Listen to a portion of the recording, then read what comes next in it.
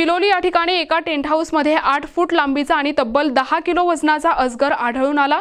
Tent हाऊसचे मालक शेख मुघीद यांनी तात्काळ सर्पमित्र क्रांती बुद्धेवार यांना माहिती दिली। त्यांनी तात्काळ घटनास्थळी येऊन अजगराला पकडून वन विभागाच्या स्वाधीन केले।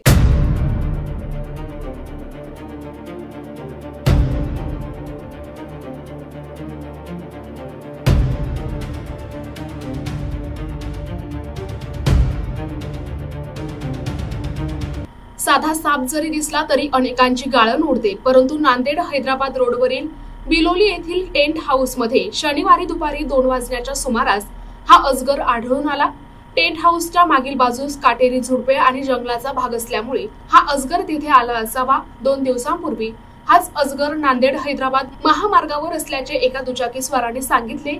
मूळ बिलोलीचे आणि सध्या धर्माबाद येथील जिल्हा परिषद शाळेत शिक्षक असलेले सर्पमित्र क्रांती बुद्धेवार यांना ही माहिती कळताच ते तात्काळ बिलोलीत पोहोचले। सुमारे 2 तासांच्या अथक शोधानंतर अखेर अजगर दिसला। त्यांनी त्याला पकडून एका पोत्यात भरले आणि वन विभागाकडे सुपूर्द केले आहे।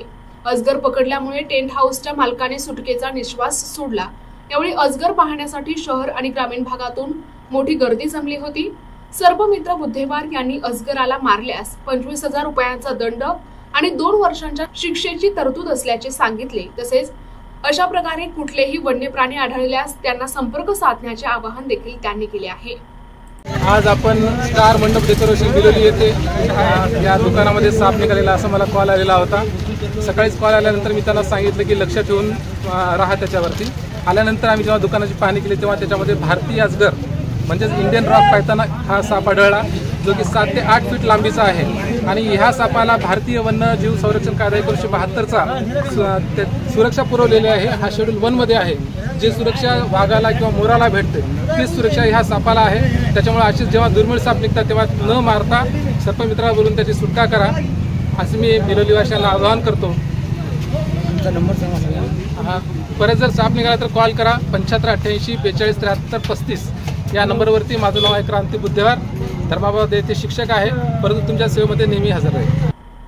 प्रतिनिधी दादाराव इंगळे, NTV न्यूज मराठी, बिलोली, नांदेड।